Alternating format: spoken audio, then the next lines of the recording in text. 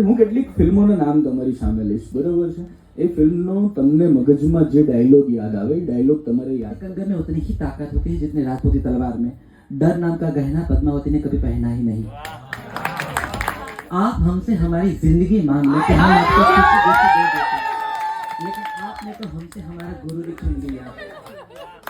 काशी आपको हमसे और मस्तानी से काफी शिकायत जाओ जा श्रीमान, पराये लोगों से क्या शिकायत, हाय हाय। हम तो ज्यादा अपनों की छुपते हैं।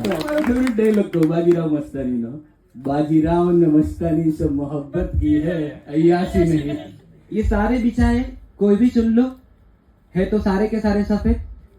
कौन सा वाला सफेद? बर्फ वाला सफेद या चांद वाला सफेद? नमक वाला सफेद या रण वाला सफेद? हंस वाला सफेद।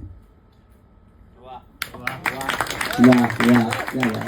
कमाठीपुरा में कभी अंधेरा नहीं होता क्योंकि यहाँ गंगू चांद थी, चांद है और चांद ही रहेगी।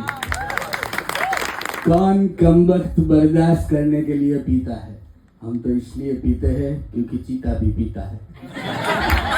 બધી ફિલ્મોના જે રાઇટર છે એ છે પ્રકાશ કાપડિયા, અને રામ મોરીએ થોડા સમય પહેલા જ પ્રકાશ કાપડિયા સાથે મળીને એક ફિલ્મ લખી છે રાધા રમણા।